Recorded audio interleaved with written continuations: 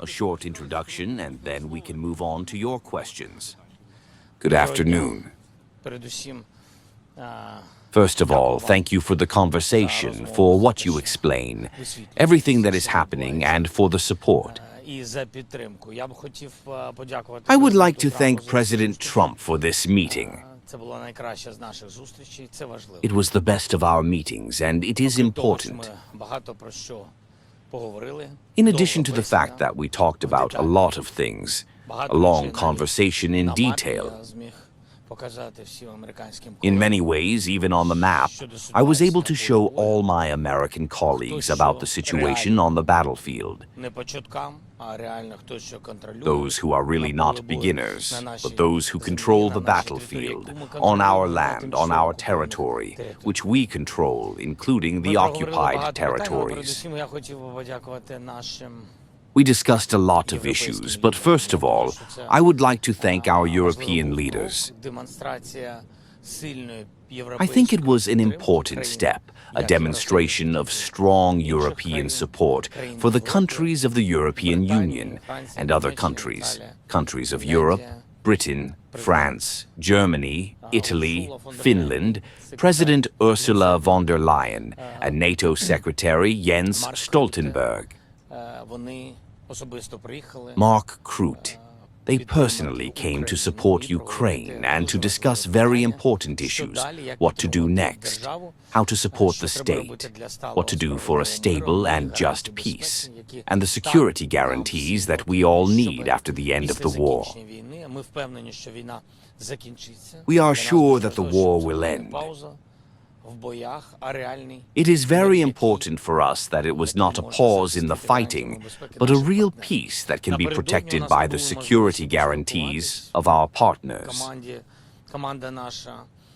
The day before yesterday, we did not have the opportunity to talk. Our team did a lot, worked, and I think it is important that 30 countries, we had a whole coalition of willings, were in touch. We had several sessions of conversations, meetings. It is important that all 30 such important partners, it is important that we worked and everyone was on the same page, with the same vision of the next steps. There were not only countries of Europe, but also Canada, Australia, Japan, and other representatives of the coalition of wills. As for the topics that we talked about today with the President of the United States of America, and then with colleagues in a joint meeting, you will probably ask about the details yourself. As for the topics, we talked about the security guarantees. This is a key issue as a start to the end of the war. That is what should be at the end, and it is the protection that we start with and start working on. It is important that the United States of America makes a clear signal that they will be among the countries that will help, coordinate, and will also be participants in the security guarantees for Ukraine. I think this is a big step forward. I cannot yet say how it will be, all the details, but it is already important that there is a political will and there is a political decision. At least that's what it sounded like. This is point number one. Point number two is the return of children. The First Lady of the United States of America and the team of the United States of America understand that they will be involved in such an important, painful, and very difficult issue, how to return Ukrainian children. Different situations, different cases, therefore different approaches. We talked to the President of the United States of America. He agrees that it is not a simple system, but it will help me in exchanging everyone for everyone, not only prisoners of war, first of all our soldiers, but not only, and civil journalists, politicians. We agreed to work on this. Then the President of the United States of America supported a trilateral meeting at the level of the leaders of Ukraine, America, and Russia. And the United States of America proposes to hold it as soon as possible. But for this, we need the consent of all parties. After our meeting and coordination of how we will work on the security guarantee, the President of the United States of America contacted the Russian side. And they discussed what diplomatic steps could be. Russia first proposed a trilateral meeting between Ukraine and Russia, and then a trilateral meeting. As I said, we are ready for any format at the level of the leaders, because only at the level of the leaders can we solve all these difficult, painful issues. They are important and painful for us. Therefore, I confirmed, and all European leaders supported me, that we are ready for a trilateral meeting with Putin.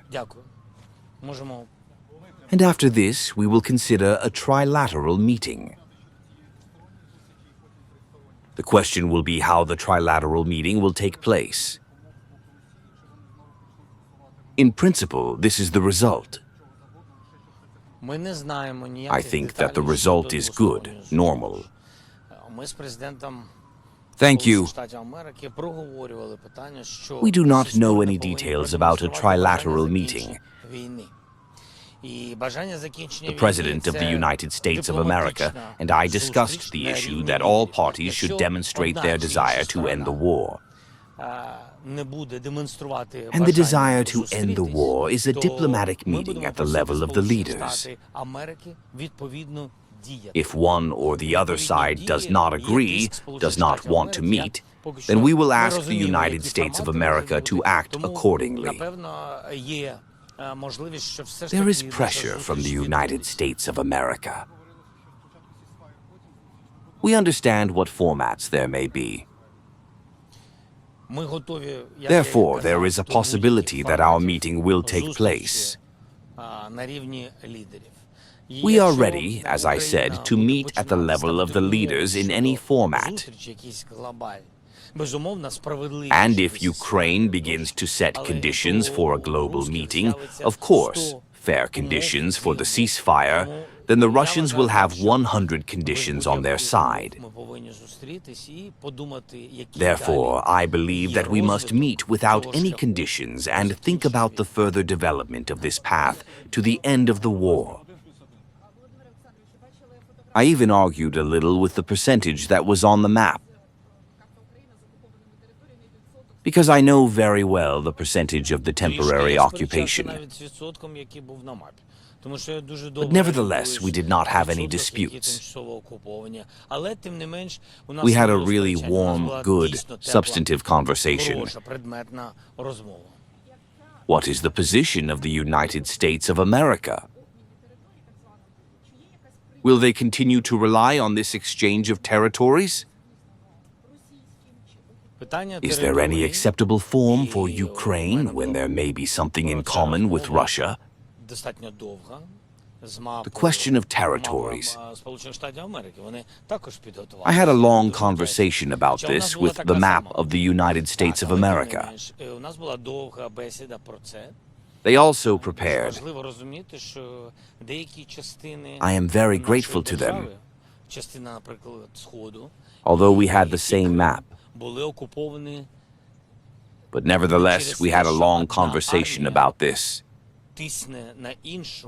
It is very important to understand that some parts of our country, for example, parts of the East and Crimea, were occupied not because one army pushes the other and the other steps back, but because there were no military operations. For example, in the Crimea, there were no mass military operations. Therefore, it cannot be said that such a large part was occupied for such a term, because the Russians have a strong army. Such moments are very important.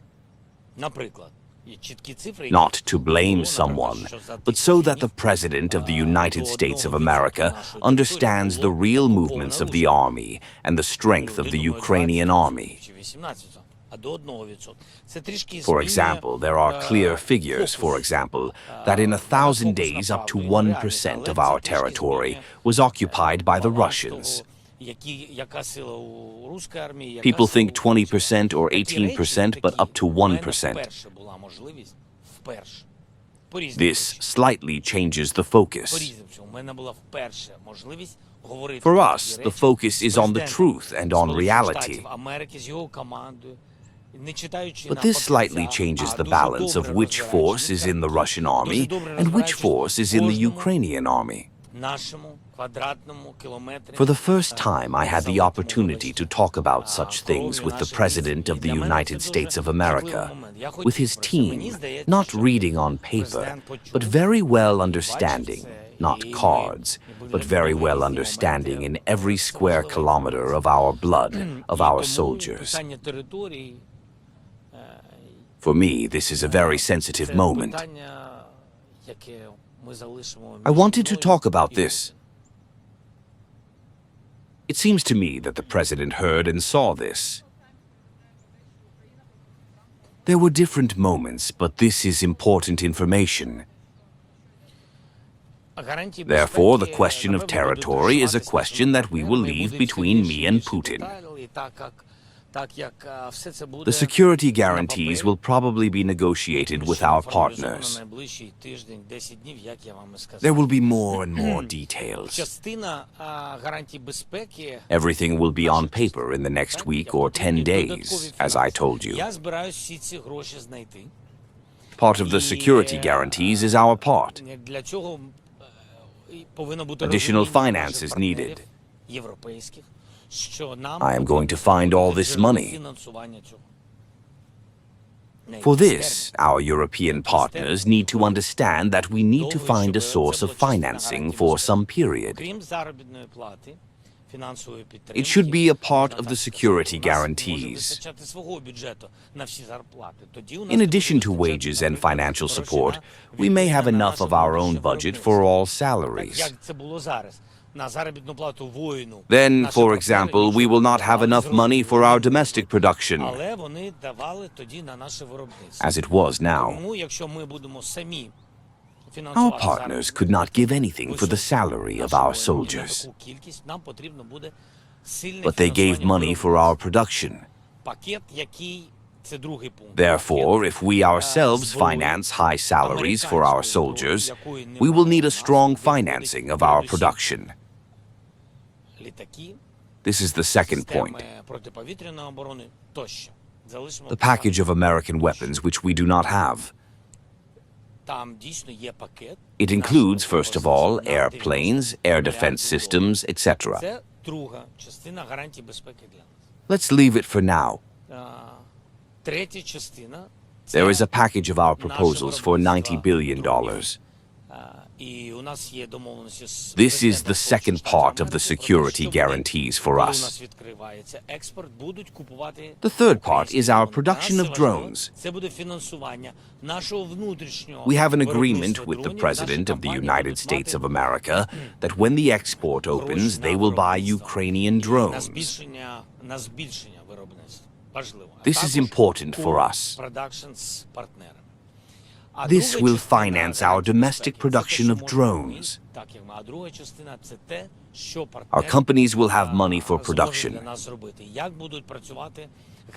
And for the increase in production. Also, co-production with partners. The second part of the security guarantees is what we can do. And the second part is what partners can do for us. How will the security guarantees work? What forces will work to protect Ukraine in the event of a repeat of the aggression? That's all for now. Thank you, Mr. President, for the briefing. Did you notice anything that is unnoticeable to you? What is it? It's a discussion. It's a dialogue with partners. Each of us has his own role. There have been no unacceptable decisions. I think that each of us has done his job. We are talking about the coordination of the security guarantees with the United States. Did President Trump propose this? This will be understood in detail. But it is important that we work together on the security guarantees. For us, the security guarantees are very important. And from the United States. Mr. President, thank you for being here. I have a question about the American peacekeepers. Donald Trump spoke about this before the meeting. What did they do? Maybe it's not just the American peacekeepers, but maybe it's the Ukrainian NATO. Look, we are talking about the coalition of hunters. We will talk about 30 countries. We will understand which of these countries can actually propose something. Someone will be ready to talk about the presence. Someone will talk about intelligence. Someone will talk about the sea. Someone will talk about the safety of the sky. Someone has no constitutional right and has the opportunity to finance the domestic Ukrainian production. This is a deep question. Let's wait until everything is in detail. One last question. Mr. President, Donald Trump said today that he called Vladimir Putin. Yes. In the break between the main meeting and the informal part, can you tell us at what stage it happened? What questions were discussed? And what did he answer after that? We had a bilateral track. And then we talked about what we agreed on. And then we talked about the security guarantees and possible meetings. After that, President Trump said that he would go and discuss this with Russia and Putin to return to you with feedback. We were ready for this. He talked. We discussed our questions with our colleagues, how we work technically, when there will be meetings on VTC, on the video of our NSA, regarding the security guarantees. After that, we returned to the Oval Office. The President said that a two-way format is proposed. And then we will move to a three-way format. The last question. I want to ask you a question. And I want to pass it on to my colleague, Vitaly Shevchenko, whom you may not have seen. My question to you, Mr. President, how important was the participation of the European parties today? How much did it affect the results of the meeting? And how did you manage to gather them so quickly? First of all, they respect Ukraine. They respect our people. I think we have a very good relationship with them personally. I think very much. And this is really a moment when one of them was a family. I will not specify now. One of them was a family on the first day. I am very grateful to them. I respect them so much. How did we manage to organize it? How did we unite them? And we all came here together. I am very grateful to them. I think it had an impact. Ukraine is not alone. And it is important that we have such strong support. There are still some tactical steps. I think everything is right. Thank you, colleague. What do you think about the possibility of a trilateral meeting between Ukraine and the US? Thank you so much. Thank you, colleague. You are from London. They ask a lot about you. Mr. President, thank you very much. I would like to ask about the security guarantees. In addition to the financing of the Ukrainian army and the control of the drones, were there any discussions about the possibility of providing new types of weapons, more weapons, specifically from the US, any new packages of military aid? What we see and what we need from the United States of America is in this large package that we have given. What we understand we would like to have? This is the beginning of everything. We cannot count on everything. This is the beginning. It is important that everyone has confirmed that they are taking part in this. I think this is important. There is nothing to add yet. This is not just about financing. There is a lot of work, a lot of exchange of intelligence data, and some other presence, and joining the defense of our state. This is just very early to talk about. Thank you. Goodbye.